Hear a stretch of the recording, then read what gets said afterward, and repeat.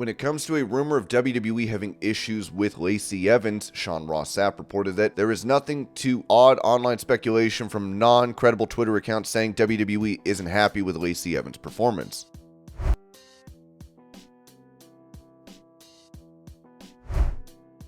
With them recently becoming the AEW Tag Team Champions, it seems the Guns will be sticking around at the company. As it was reported, Fightful Select has confirmed that both Austin and Colton Gunn recently re-signed with All Elite Wrestling and will remain with the company. An exact set of terms for the deal were not revealed, although we can confirm that the two both signed multi-year deals. Austin Gunn signed with AEW back in January of 2020, but there was never an official announcement of when Colton was brought into the company.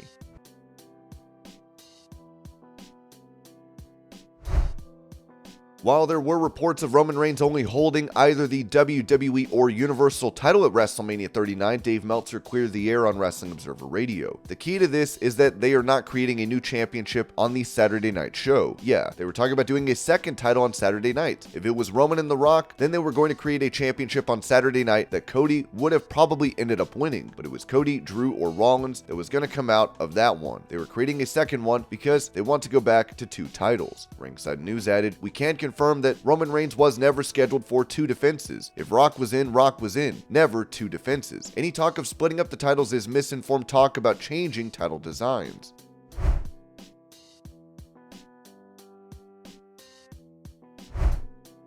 Speaking on the Dan Le Batard show, AEW President Tony Khan discussed contract tampering from WWE, saying, "I can't really comment on what their WWE internal struggles. Internal strifes are because I don't work there and I'm not there. I can only speak to the challenges we've had, and I got a lot of wrestlers come to me and allege that WWE reached out to them to tamper with their contracts and asked them to break their contracts. I can't confirm that specifically. I can only tell you what the wrestlers have come to me and said, but I've had multiple wrestlers and staff report that to me. It was very disturbing, and I've had to go out and try to put on good shows despite this alleged tampering," stuff like that. But frankly, I don't think it stopped us because the quality of the product and the quality of the shows is at an all-time high right now. Khan would go on to note that there is a real war between WWE and AEW. The wrestling business is very dirty. I can't speak to the fight business, but certainly I think it's more organized than the fight business. As far as there's two, I think, well-organized promotions competing with each other. Again, I don't know if these things have happened.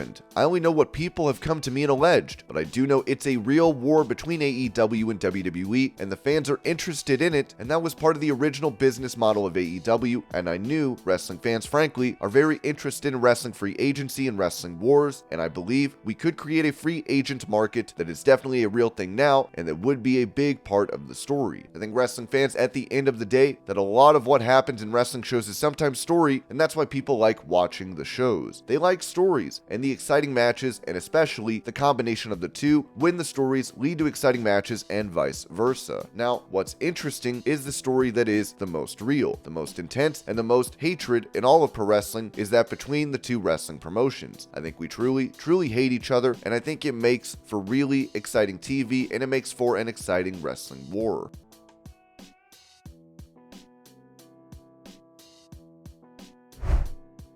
On the Pat McAfee show, Seth Rollins gave insight on the locker room of WWE, saying, "From the outside, you think it's a cutthroat business, and to an extent, it is in some capacity, because everybody wants that top spot and everybody wants to grow as a performer, and you know, the higher up you are on the card, the more money you're going to earn, and that's the bottom line. But I can totally understand where you're coming from when you come in. There's still a level of respect. It's like when it's Sunday, and it's game time, and you're out there to kill somebody, right? You're out there to take somebody out. But as soon as it's not that time anymore, as soon as the game's over or, the play is over, you help the brother up off the field, and that's where we are. Yeah, everybody wants that top spot. Everybody wants to be positioned better than everybody else. But at the end of the day, there is a level of respect for everybody that plays the game, and so there is a brotherhood. There is a fraternity to that.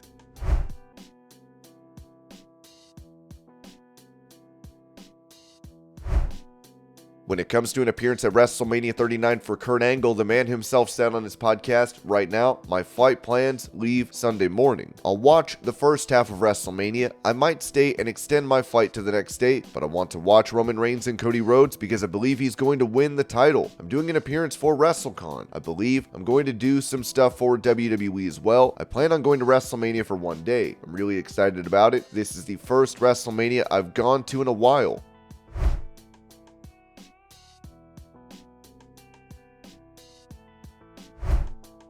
On the Out of Character podcast, Liv Morgan talked about feeling like she was going to be released from WWE years ago, saying, I remember there being points in NXT where I was like, I'm getting fired, I'm gonna lose my job tomorrow, and really believing that and crying myself to sleep because I thought when I showed up to work the next day, I was gonna be fired. And so I feel like in that moment in time, this was so long ago. This is like 6 years ago. I had so many regrets, even though nothing had happened yet, but I was like, I wish I'd worked harder. I wish I utilized this more. I wish I wasn't scared.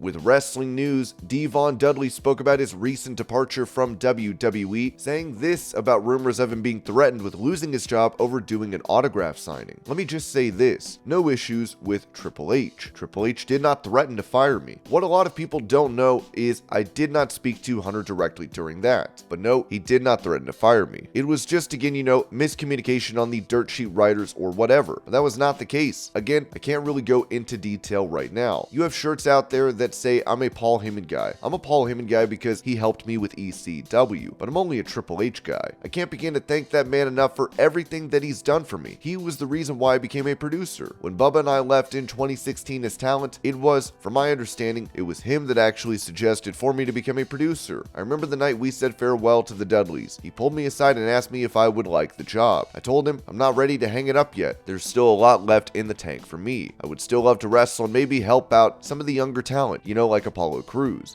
things like that. But, unfortunately, Vince wanted both parties, and there was nothing he could do at that point. So that's why he offered me the job. I said, well, do I have a choice? He goes, no, not really, Devon. I said, well, I'll take a producer's job because I still wanted to be a part of the company. I really enjoy it. It was my childhood dream of mine to work for WWE. I was told that I could not do the autograph signing for certain reasons. When it was explained to me why, I said, okay, I get it. I mean, was I upset? Yes. Because I just thought it could have been done a little earlier than when I was told, because that way people would not have expected me to not be there. But it is what it is. It happens. It's water under the well now, and you move on from it. But to me, my thing was, and it always had been that if I'm not doing anything with the company, then I wanted to be able to go out there and kind of freelance a little bit. But you can't do that when you work for an organization. So I get it and understand it. But it's just something that, I felt that I just wanted to do. So was that one of the reasons why I left? No. But again, it was just to agree to disagree. Devon would also note that he is willing to return to WWE. I told Paul Levesque, if you ever need me to come back to NXT, I'm there and I'll be there for you. My door is always open to Paul. I'm not saying that it's not open to Vince, but I have a stronger relationship, I feel, with Triple H. There is nothing bad about that. I don't have an issue with Vince. I talked to Hunter a little bit more than I did with Vince, and I think Paul understood me and understood me very well. I even wrote him in a text message telling him thank you for everything, because I really admired him for where he came from in terms of in the business and the position that he's in right now. And my loyalty lies with Paul. So if Paul wanted me to come back and do NXT, then I would come back. But right now, I just want to enjoy myself and be with my family.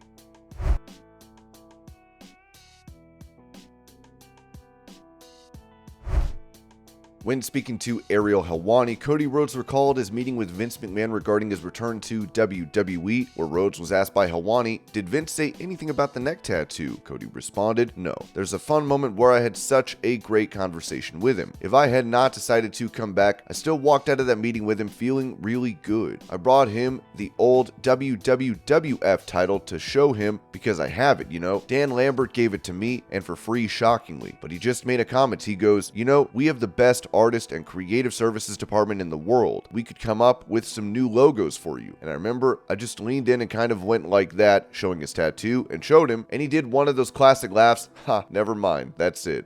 So that's, he knew we really can't change it at this point. This is what it is. And he said something really great that day. I was really, I stood my ground. I said, I don't want to change a thing about myself, including my song. I want to have my elevator. I want all this. And he said something. He goes, well, that's what we're buying. It's not broke. And I thought that feels good because I hadn't figured it out when I was here the first time. Everything was broken, and that was a nice feeling.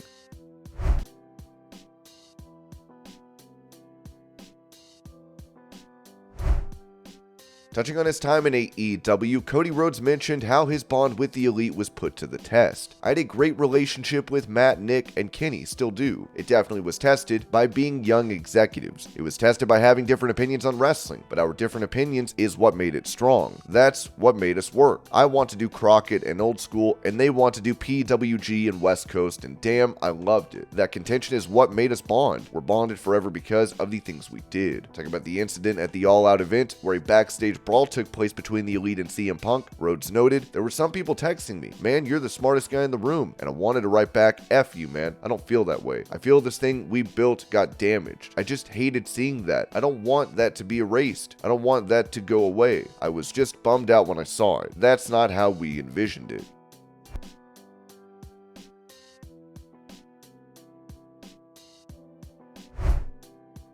On Superstar Crossover, Karrion Kross spoke about his WWE return where he noted, this is probably unhealthy and I shouldn't say it, but I'm just gonna say it. I actually get really pissed because it's not enough. It's not enough. I haven't reached my full potential yet and people haven't seen my best work yet. I know what I can do, and at this level, you need to be afforded certain types of opportunities, which is difficult with a big roster and only 2 hours of the program. And I know that once I'm afforded that particular shot, because I've been afforded a lot, let's not get it twisted. Once I'm afforded that particular shot to demonstrate what I can really do, what I've done, where people on a major scale haven't seen it, people are gonna be blown away. And I'm gonna fight for that every single week to get closer and closer to that shot. And I'm being straight with you, I'm being very real. I think you're gonna be able to expect compelling storytelling. If I'm granted, and a lot of the time, to romance the audience and Shakespeare them into what it is that I am very good at doing, which is laying down the foundations of eliciting an emotional response to get people interested in what we're doing, you're going to see some great storytelling. And one of my jobs that I've kind of given to myself is to help fans see different layers of people that maybe they haven't seen before that I'm going to be working with. I like to put people in different situations and circumstances that perhaps they hadn't been in prior to working with me. So that's what they're going to get.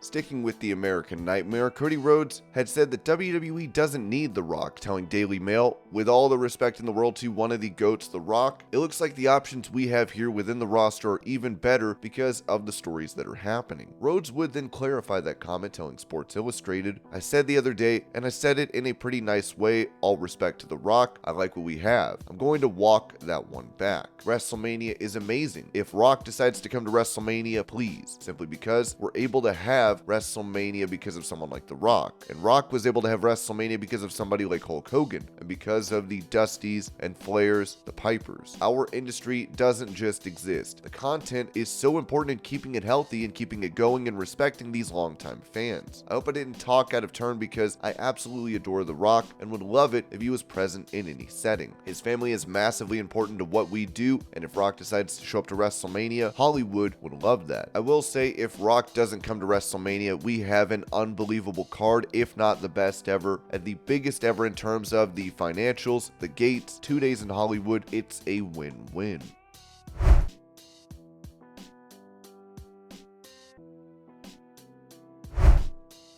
With him calling out Takeshita's tribute to Eddie Guerrero on AEW Dynamite, former WCW star Konnan has now taken to Twitter to write, the Takeshita thing was a joke. Like, I'm really gonna get mad over him doing a frog splash. Everyone does it. If you actually believe I was hot, joke's on you.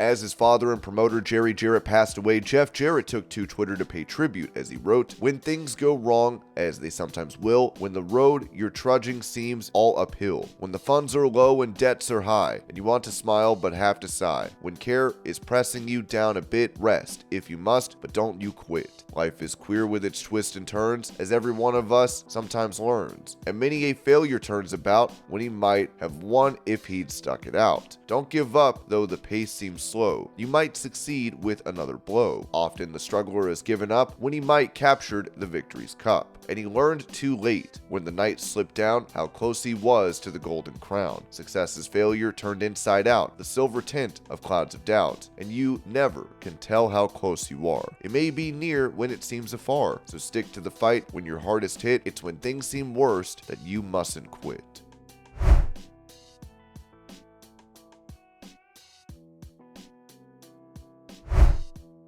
with him going on social media to send a message to his current girlfriend, Matt Riddle, who has been absent from WWE, seemed to tease a comeback, writing, "Happy Valentine's Day to everyone and especially my girl Misha. I love you, and I'll see you all very soon."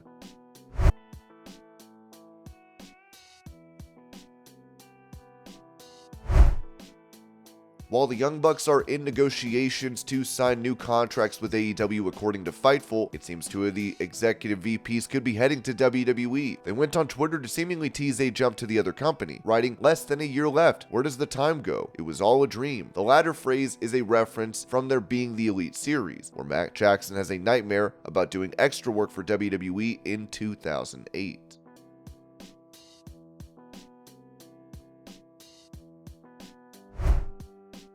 With Bex and Buster, AEW President Tony Khan was asked if he owned another pro wrestling company, would he keep those rosters separate? As he said, "If I owned another wrestling company besides the two I already own, it would be very challenging. But I think we would want to maintain separate rosters, just like I've tried to keep AEW and Ring of Honor to where there is crossover between the companies, but both have a strong pay-per-view business and AEW is great television. Soon, I'll have more to talk about regarding when and where Ring of Honor's weekly TV will be on Honor Club and going forward, when and where we're going to tape those shows. There is some example of what we would do as far as keeping the pay-per-view business separate, but having some crossover. It would certainly be different if it were a different company. With AEW and Ring of Honor, I'm very happy with what we're doing. Certainly, if there were other opportunities that arose in terms of acquisitions, then I would certainly be interested in them."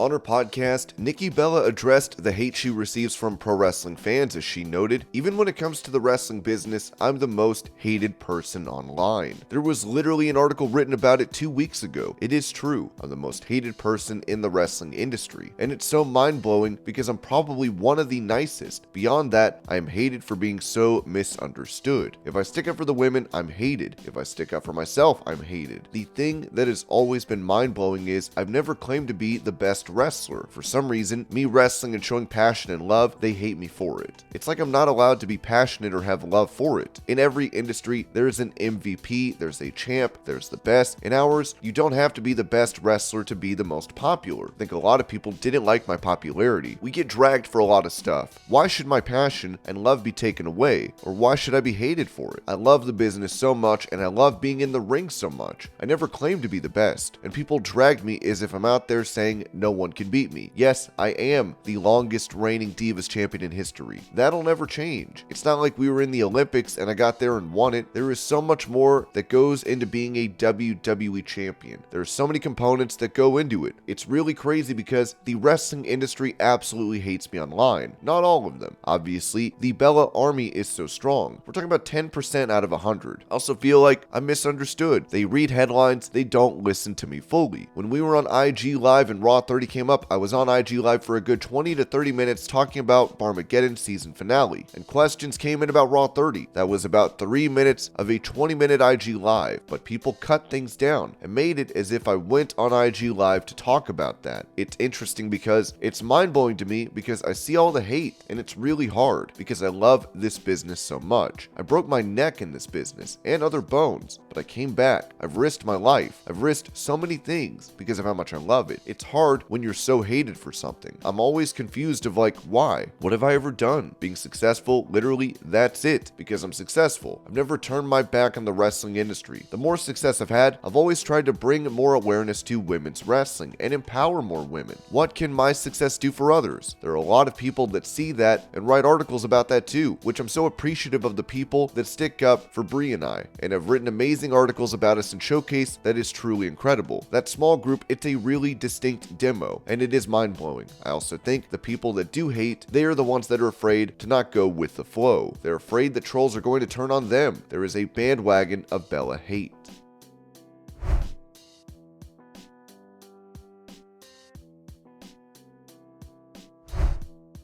When it comes to a return from injury for Thunder Rosa, it seems she has issues backstage in AEW, with Sean Ross Sapp reporting that former AEW Women's Champion Thunder Rosa returned to the road for the first time since her injury forced her to eventually vacate the title. Fightful Select has learned that there was a locker room meeting for all of the women on the roster who were present at the tapings. Those that we heard from said that it was an effort to ease the tension between Rosa and the locker room after several relationships had frayed. Those that we spoke to with knowledge of the meeting said that Rosa did a lot of making amends for several issues that came up along the way during a previous run in the company. There were those on the roster that took issue with her approach to things and believed she made others on the women's roster seem like bullies. There were also complaints about sandbagging and working stiff. One member of the roster was quick to say that Rosa was met with some of that early in her AEW run as well, but that had long been rectified. There were some on the roster that took issue with her not being on the road with AEW while traveling for other work and questioned the legitimacy of her injury, which Rosa addressed publicly. Rosa wasn't wrestling, but instead did Spanish language commentary, which sources indicated she was happy to participate in. She noted that she'd be back on the road recently, but wouldn't be wrestling immediately. Those close to her claim she isn't cleared yet, but is getting closer to it.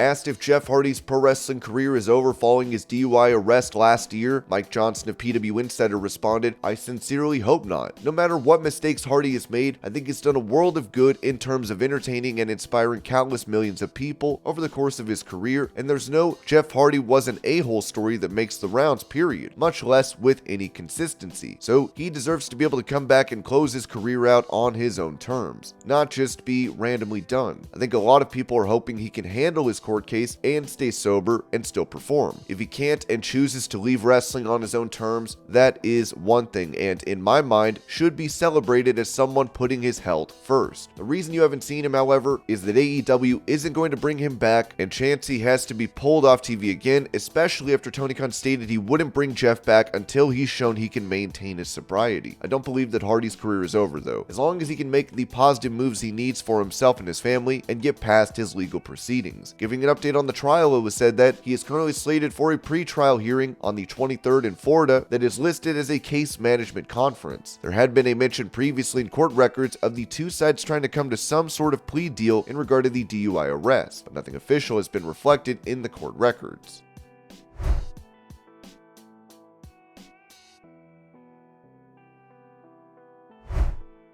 With Andrade being absent from AEW due to an injury in November, his father-in-law, Ric Flair, said this about his current status. "I haven't talked to him in a couple of weeks, so I don't know exactly what the time frame is, but I know they're training like hell. I know for a while Manny could only train with one arm, but he kept working his legs and everything."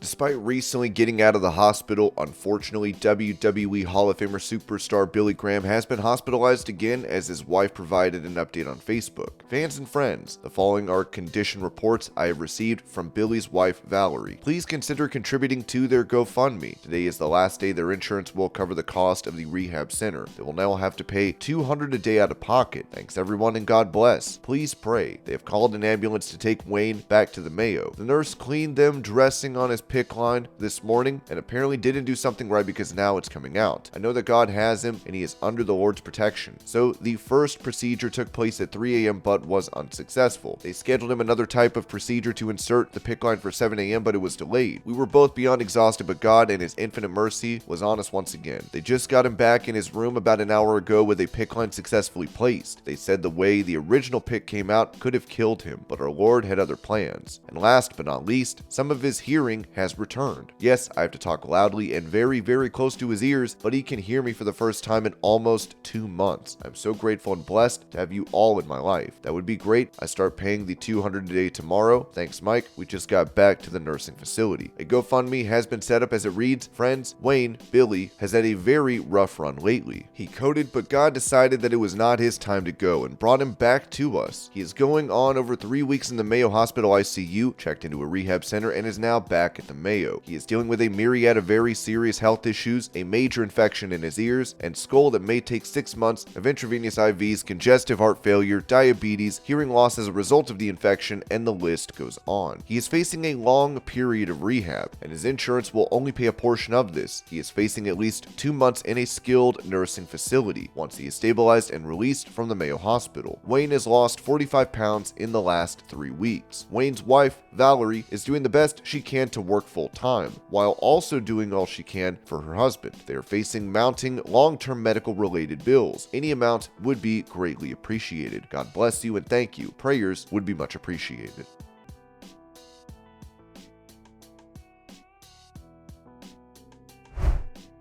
It was previously mentioned by a bootmaker for WWE that Randy Orton had contacted them regarding a comeback. As the Wrestling Observer said, there is a story going around that Orton has contacted his bootmaker for new wrestling boots, which means he's looking at returning. As noted last week in photos, he physically looked like he had been training heavily.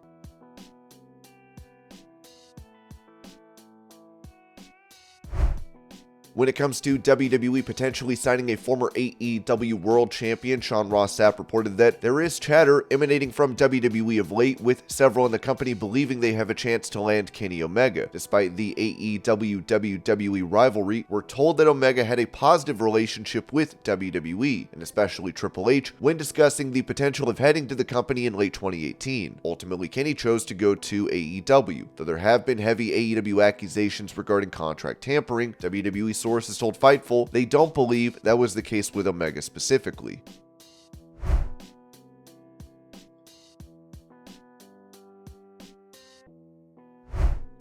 Staying on the topic of Kenny Omega, Sean Ross Sapp also noted that AEW could add on time to his current deal. With Kenny Omega's AEW contract in question, we've heard from several staff and talent who have heard about the situation. Numerous sources have claimed to have overheard AEW founder Tony Khan say that Omega has substantial injury time that could be added to Omega's contract to extend it if AEW chose to. We can confirm that option is in Omega's contract, which is standard in AEW deals. One talent noted that considering that Omega has good representation, that might not necessarily be a slam dunk, or might have some concessions to it. Those we spoke to in AEW also claim that they don't believe the injury time has been added yet. We reached out to Tony Khan to ask, but haven't heard back. There was one source that claimed late in 2022 that Omega's deal would be up soon, and that he could be working without one. Another source familiar with the situation told us that Omega's deal would not be up that soon, and dispelled that chatter. The latter ended up being the case, as that period is already bypassed. It was also reiterated to us that Omega has it written in his AEW contract that he has the freedom to appear in New Japan as long as it doesn't conflict with AEW duties or an agreement is made.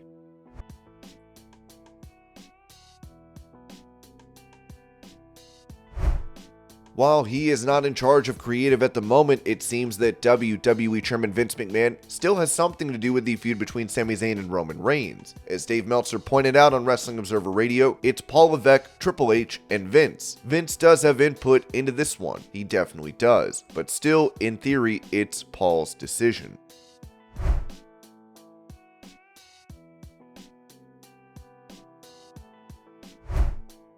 Previously, MMA journalist Ariel Helwani did an interview with AEW President Tony Khan, where Khan was asked about the backstage altercation at All Out, as well as the future of CM Punk. Khan would decline to answer, and later, Helwani referred to the interview as a waste of time. Now, Helwani, who is a native of Montreal, appeared at the most recent SmackDown in his hometown. This caused Khan to call out Helwani on Twitter as he wrote, "You're a fraud, Ariel Helwani. You're as legitimate of a reporter as Tony Schiavone." Ariel responded, "Thanks for watching, old friend. Can't wait for our next chat. Also, don't listen to the snowman Shivani. You're a legend in my books." Khan then said, "Good luck with the unbiased journalism." And this was your pro wrestling news update. I hope you're all having a great day. Thank you so much for watching, and I'll see y'all later.